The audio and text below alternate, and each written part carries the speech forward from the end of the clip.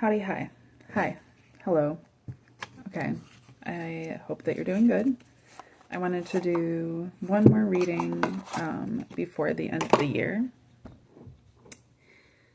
And next year's going to be a new year. So who knows what we're going to be doing next year. To be honest, like I literally might wake up tomorrow and everything be just a bit different. I'm prepared for it. But right now, this is what we got going on. I'm feeling a lot of things. I've been feeling a lot of things. I keep mentioning that in my readings. The last couple weeks have been full of feels. And I'm excited, really. I know people don't like that. I know a lot of people... Still, there's just a lot of energies that keep coming up against me, trying to, like, bring me down. Like, don't be excited. Don't look forward to the future. God forbid you do that. It might actually happen. You know, but sucks to be you. I'd just keep recommending worry about your own self and trying to make your own life something you can be happy with instead of trying to bring mine down, because you ain't gonna do it, bud. People have been trying me. I tell you what, I had the wildest dreams last night. And I always, like, when I have certain dreams about certain people, like, I get that energy, like, all right, there's people thinking of me and wishing the worst for me. Like, how'd she make it another fucking year? That's not my problem. It's my pleasure, really. So, I say that. The Two of Swords comes out in the reverse. The Lord of Peace restored. Came out in the reverse.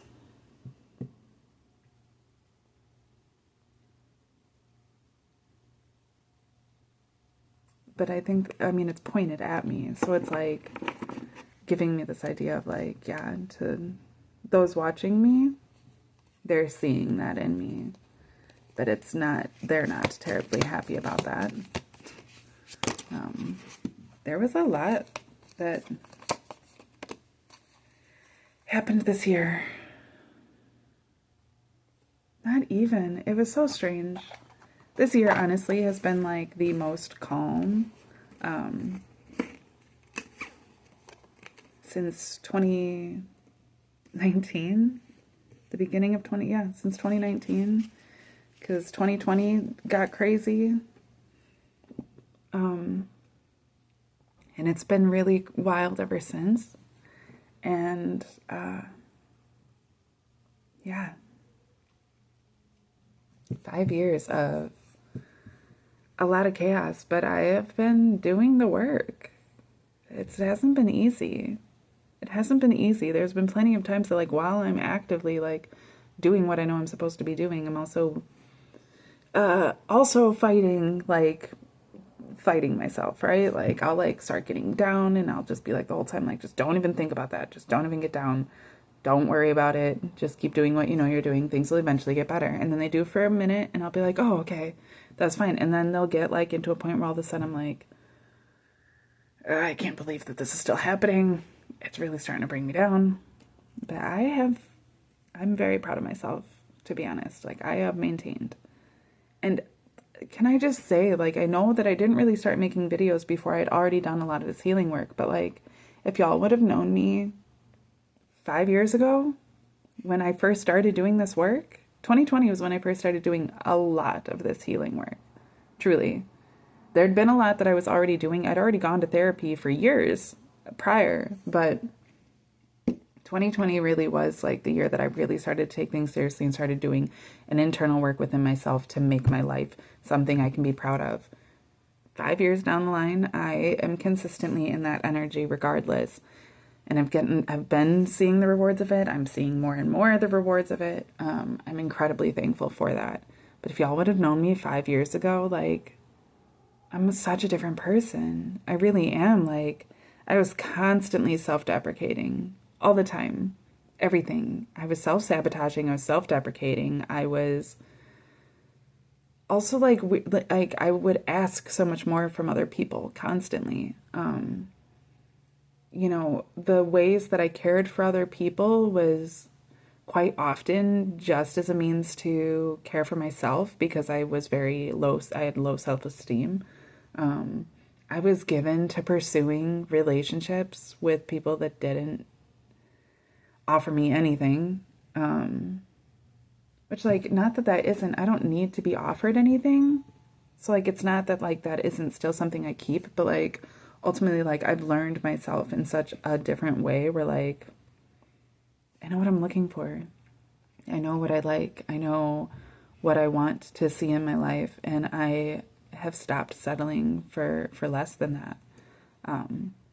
And so when I give myself, like, I know what I'm doing. I know why I'm doing it. I know where it's coming from. And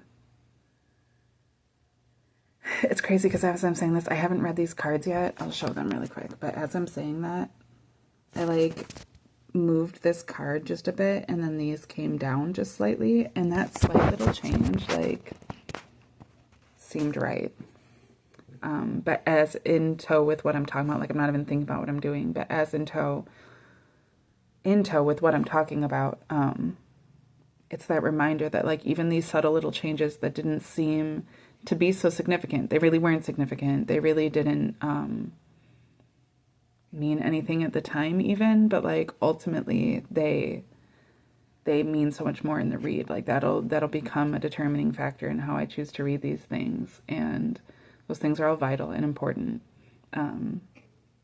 Granted, every decision I've made hasn't been the right one. Everything I've done hasn't been perfect or great.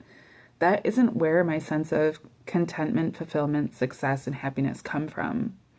That's how I maintain a sense of success and happiness and contentment, is because it doesn't hinge on material factors. It doesn't hinge on limited feelings or processes. You know, it's something much deeper. It's something that is truly my own, so nobody can take it from me. Nothing can take that from me. You know, I stopped identifying myself by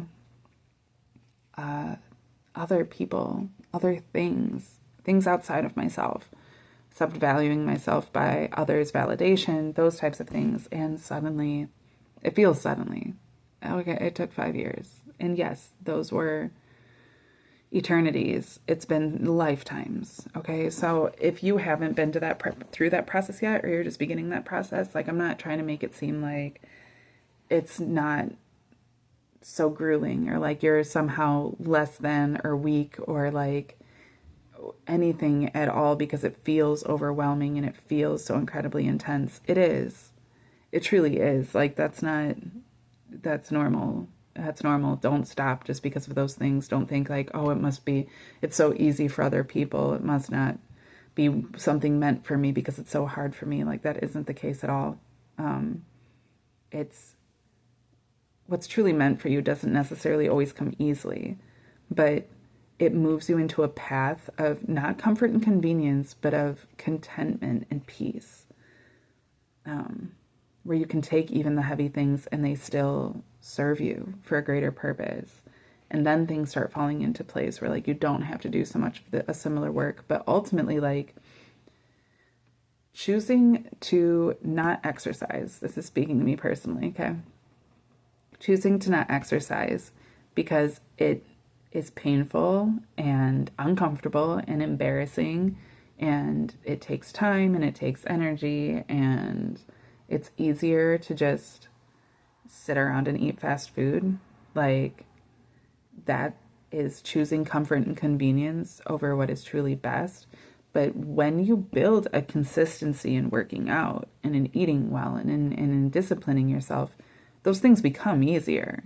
They become far more comfortable. No, they're not truly comfortable, but they build this sense of contentment and peace within them, where, like, that is what begins to be where balance comes from, and where your sense of security really lies. You know, you're able to change those things. So there's a slight difference. When you're catering to comfort and convenience, you'll miss it because it'll be like, why would I do that thing that hurts me?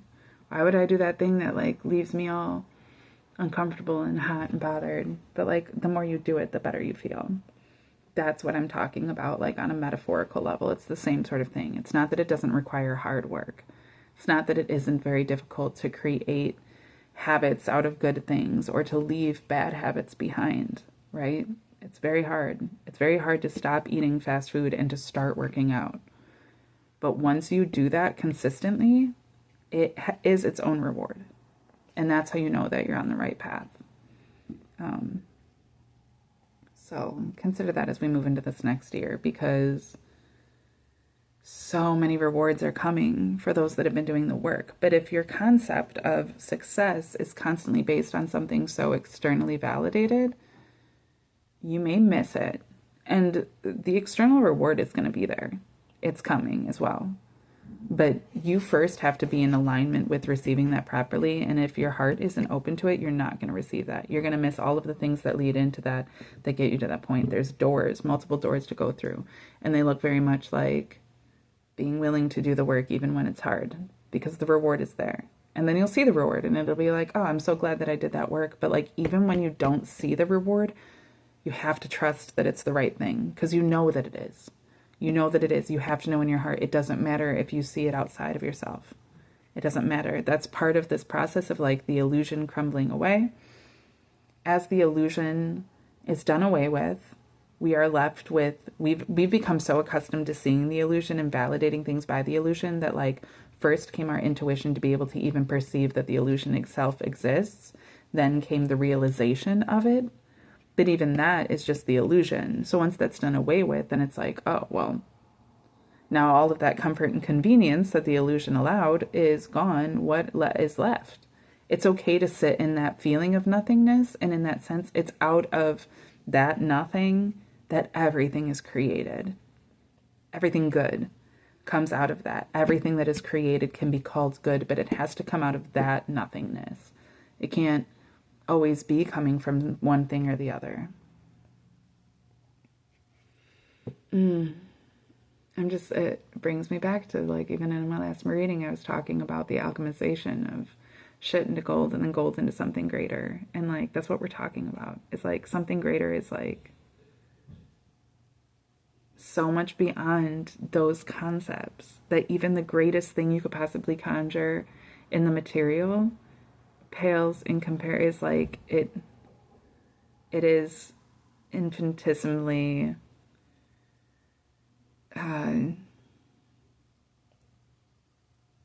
like I say, like in heaven the streets are paved with gold. The streets, the things you walk on. Dirt in heaven, the dirt of the earth, like what you throw shit on and don't think twice about, like that's gold in heaven. So like gold becomes like not meaningless, it's essential, but it just, the whole value of it is completely different in comparison to all of these greater riches that are meant for us, these greater senses of reward and richness. So it really is this mindset, you know, talking about changing this mindset and being willing to receive more and greater. And then no fear.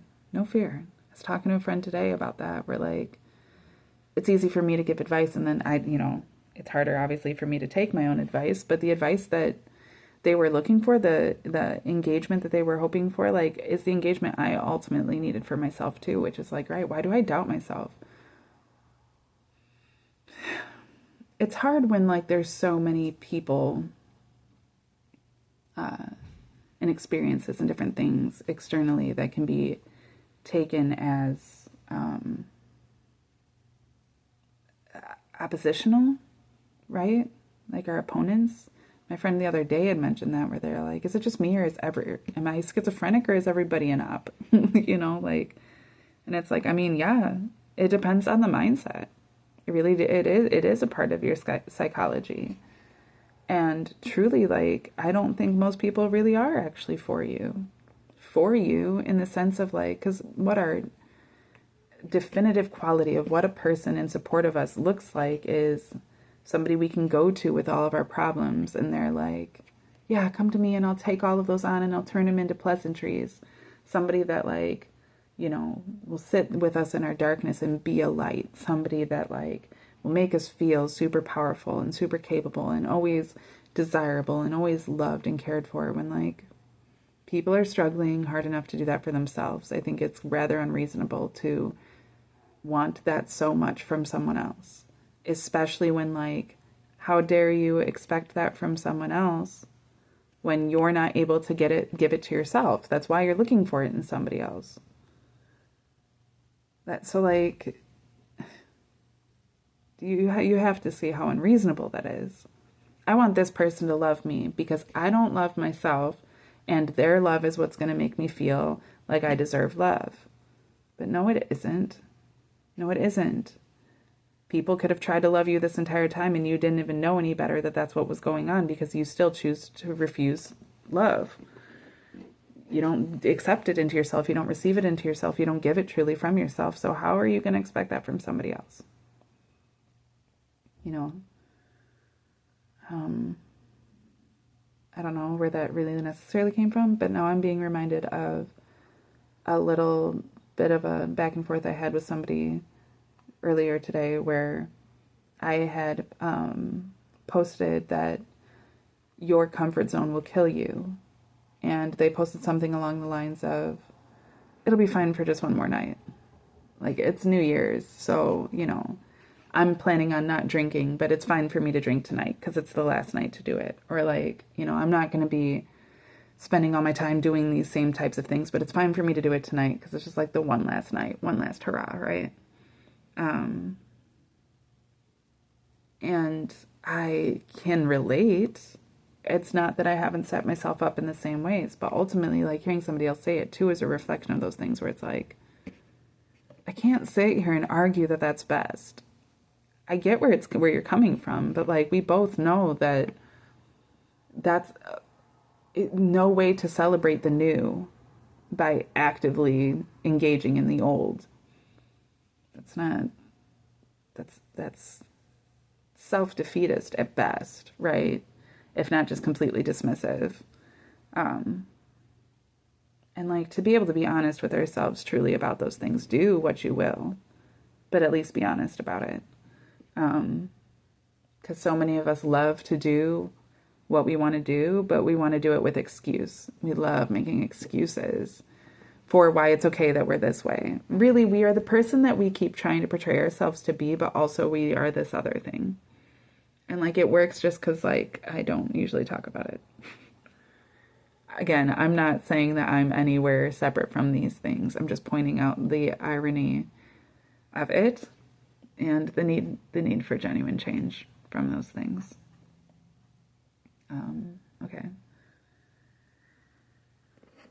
So the Lord of Peace restored in the reverse. I decided to put that at the very top because of the way that it came out first. And like I said, it's a reflection of, like, when your peace is restored, all of those that were coming up against you will feel the opposite. When it's in your direction, everyone else is going to be like, what the fuck? Not really everybody else, only those that are against you.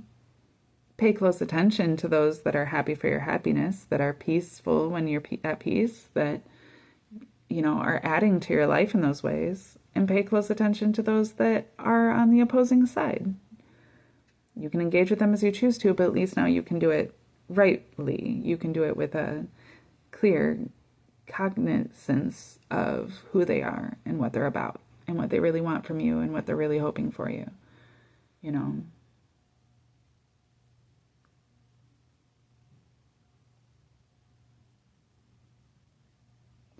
So it's the Two of Swords card, but on it there's these two moons that have these double-edged spearheads. They're not swords, but it's double-edged spearheads. And what I'm getting from that is, well, and they have one on the bottom that's touching the base of the swords, and they have one on the top that's touching the tip of the swords. And so I'm getting that idea of, like, it being like a double-edged sword. It's a double-edged sword in every way. So what do I say? There are two sides to every two sides that there are to every two-sided story, and we all receive both things both ways.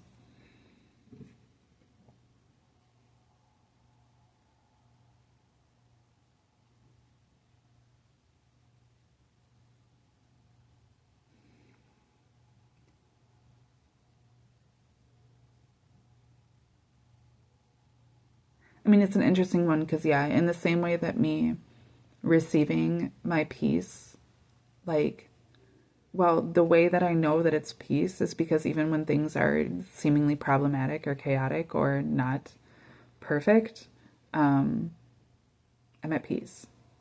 It'd be one thing to be at peace when everything's peaceful. How do I know the difference between that being actually my peace or just the peace that I'm surrounded in, right? It's easy to be at peace when everything is peaceful. But when things are chaotic or when things aren't peaceful or when things are actively going against you and you still find peace, like that's how you know that it's your peace. So in the same sort of way, like the opposition truly is your peace, or it's proof thereof, at least.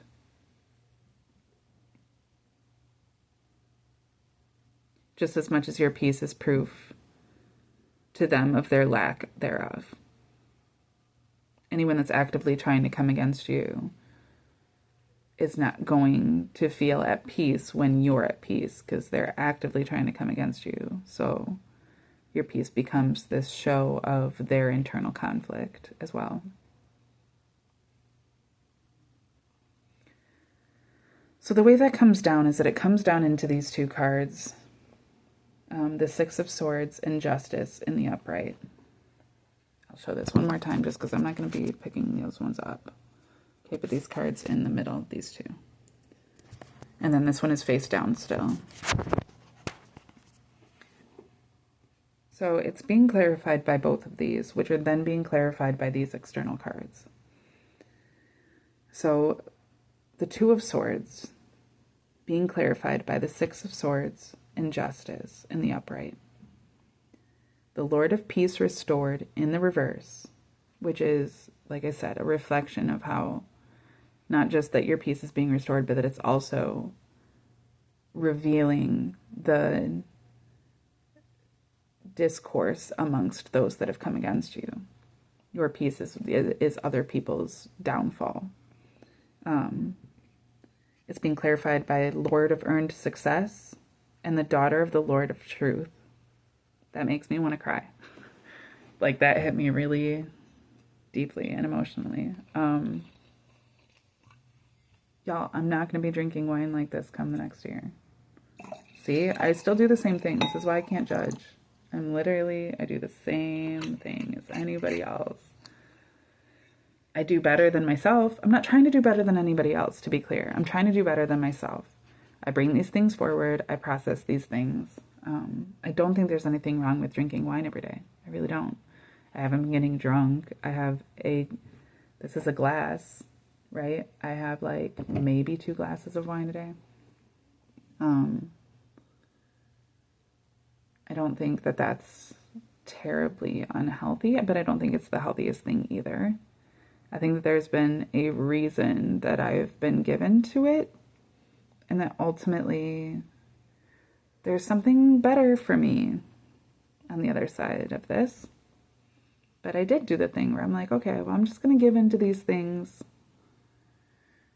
for right now, and then come the beginning of this year, I'm going to make these changes. That's why I'm just getting over my cycle, so I'm still like bloated and fat and out of shape because I haven't been doing what I'm supposed to be doing for myself. I haven't been actively trying to procrastinate. I've been doing things, been actively doing a lot. It's just trying to build all of these things into a set structure for myself.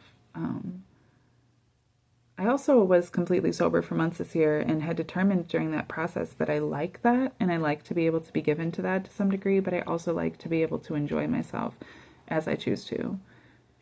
So if that means, only doing things every so often, doing things regularly but in moderation, or not doing things at all, that's my choice.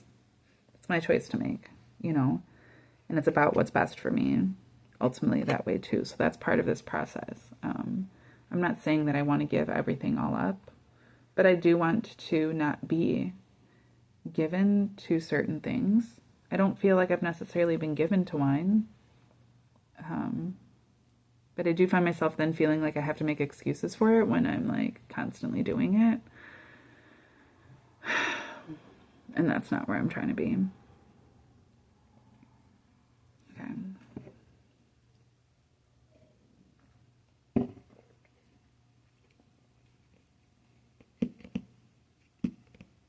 Lord of earned success, daughter of the Lord of truth.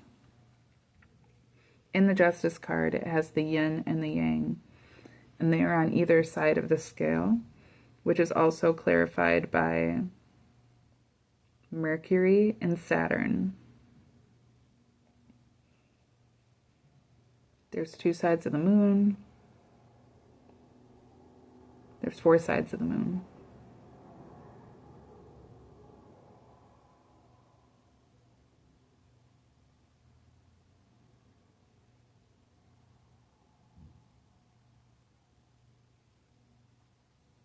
The 6 of Swords has 2 hands that are holding 3 swords apiece, but then up above the 3 swords is 2 separate swords that are coming up to... These cards are so deep sometimes. There's actually 4 swords that are not part of the 6 swords mentioned. 2 of them are pointed up at... See, I thought that was Saturn. Is my phone off? Yeah. But I'm looking at that and I'm like, wait, oh no, that's not Saturn. That one is Saturn. This one is Venus. It's Venus and Saturn. And this is Jupiter. Okay. So we have Venus and Saturn on either side of the scale. In the 6 of Swords, 2 of the swords are touching, 3 of the swords are touching the sign of Jupiter. And 3 of the swords are touching the sign of, well, it's a sign of water. But it's not, it's a different...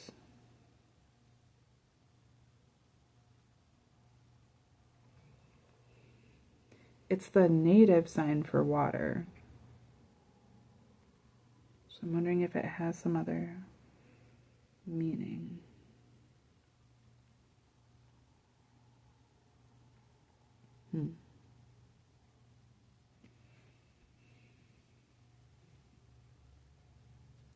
Is it one of the planets that has that symbol of like the diagonals, or not diagonal, zigzag lines on top of each other?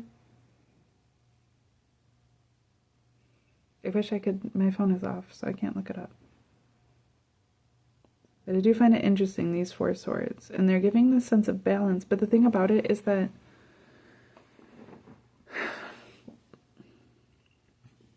the 4 swords, the 4 smaller swords that aren't attached to the 6 of Swords, which is what the card is, the 6 swords are being held in 2 hands. But then there's 2 swords up here, and there's 2 swords down here that are vertical, that are horizontal like this. These 2 are vertical. And these 2 are touching Jupiter. And then the way that these 2 are is one's touching Jupiter and one is touching the water, which maybe that's not Mercury. Maybe it is Mercury. Because Mercury is also an alchemical symbol.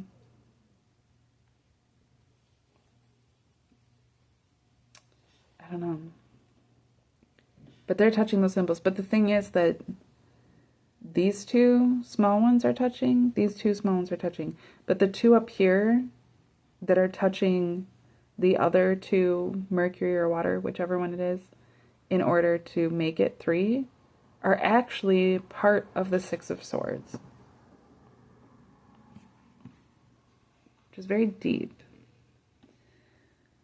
Because I don't know the symbols properly, I have to take like a wider read from that. And what I'm gathering from it is we have, oh, that's so interesting. One of the hands is holding the swords like this. One of the hands is holding it's like this. It's almost like they're doing like this. It's a different hand. So these are from 2 different people. They have to be from 2 different people because you can't hold them like this facing the same way because one is faced like this. They're opposing each other. They each have 3 swords. Each of them has a sword pointed upwards that is touching Jupiter and a sword pointed upwards that's touching Mercury. Each of them. But when it comes to their base core motives, the intentions, because the swords are actually pointed out this way, one's intentions is Jupiter, one's intentions is Mercury. Which is so beautiful when you think about it, because really that is what balance looks like. It's what equality looks like. This is an argument that I've had before, but like equality doesn't look like doing the same things. It means doing equal things. 2 plus 2 equals 4. So does 1 plus 3. 2 and 1, 2 and 3 are not the same, but that doesn't mean that they can't become equal. They're equal depending on the circumstance, right? So that's kind of part of this justice being connected to, is that like they're opposing each other initially, but then according to the ways that they work, they actually create this more innate balance. They're opposing each other initially in the same way that light and dark oppose each other. They don't seem to exist within the same space. They actually are always slightly separate.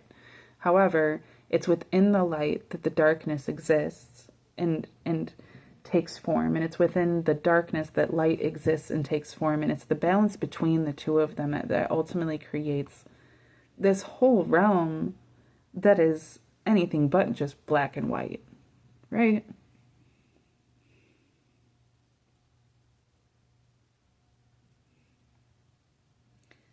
The Six of Swords is being clarified by the Empress in the reverse, which we also got in our last reading.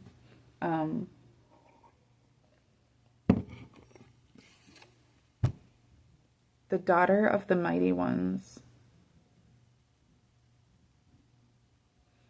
There's a phoenix. This one I can show. I just didn't want to move the other ones out because they're all...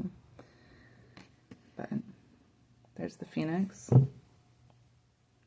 It's in the reverse. The Six of Swords. The sense of opposition.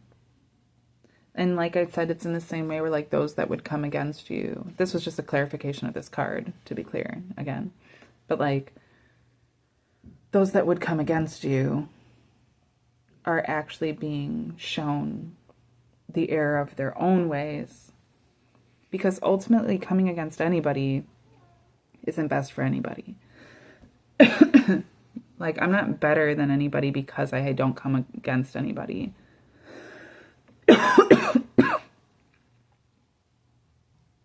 But it's because I don't come against others that, like, that's, like, the proof of who I am.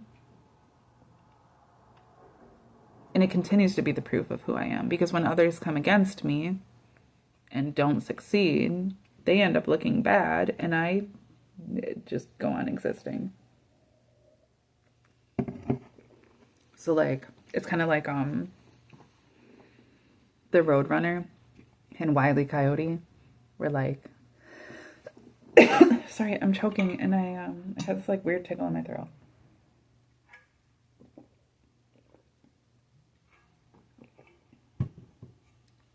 That came just when I started talking about this.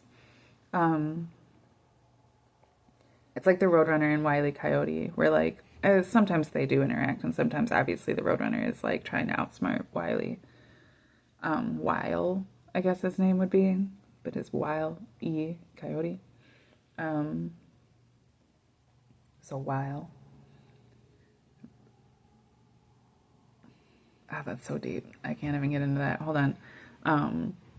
But there's often where, like, the Roadrunner will just be kind of doing whatever he does, and he'll just be, like, running around doing his own little thing. Meanwhile, like, the Coyote's, like, conjuring up all these, like, crazy ideas, spending all of his money, all of his resources to get all of these crazy things in order to come up against the Roadrunner, and the Roadrunner just being who they are, like, continues to go on existing, and Wile keeps, like, getting himself fucked up, right? And it, like, doesn't faze Roadrunner at all. So it's kind of that idea, too, where, like, and it keeps burning Wile, right? Like, he, like, the more that he does this, the more, like, intent he gets on it. where it's a different dynamic, obviously, than like with Tom and Jerry. With Tom and Jerry, like they do play off of each other, and Jerry's always like getting Tom to do these things, and Tom's kind of like can't even help that he's a cat, and he's just constantly going after this mouse that's like always coming after him. But like this is different. This is like the Roadrunners is literally just existing as they do. But because the coyote is a predator of the Roadrunner, they were going to come at them regardless, but now they found this specific Roadrunner that like happens to keep evading them, and it is just driving them absolutely fucking wild. Like up a wall, literally up a wall, and then underneath a giant anvil, crazy, to try to get this Roadrunner. But in the same way that I'm getting like and it's part of it is an alchemization that I've done myself, obviously, but like in the same way, like the phoenix is pointed towards me, and it's something that they're having to see. In the same way that the Lord of Peace Restored is like what I'm claiming, so it's what they're being forced to watch. And it's frustrating. It is frustrating them. It is burning them. But even at the top of this card is a scale itself here. You know, which ties into the justice card that we have. So like it's part of the balance. It seems imbalanced to me. I'm almost out of memory. It seems imbalanced to me because in my personal perspective, it doesn't seem like what would make sense within the balance of the universe is to have people with evil intent. I naturally want everybody just to be like as good as possible, like genuine. I'm not talking about perfect. I'm not talking about like super chaste. I mean like honest and genuine and not given to like hurting each other. Like just trying to make ourselves the best version of ourselves that we can be. That's my ideal. But it's kind of reflecting on the fact that like there's a greater purpose in this opposition. This is about to get really deep, and it just came up that my memory is almost dead. So I am going to just upload this. It's going to take a little bit, and then I'll do a number 2. Then I'll take a number 2 right on you. I'm sorry that I said that, but no, I'm not. I kind of am, but that's not. I'll be back. I'll be back for part 2, and we'll get deeper, and I will repent for my sins. Okay, I'll see you shortly.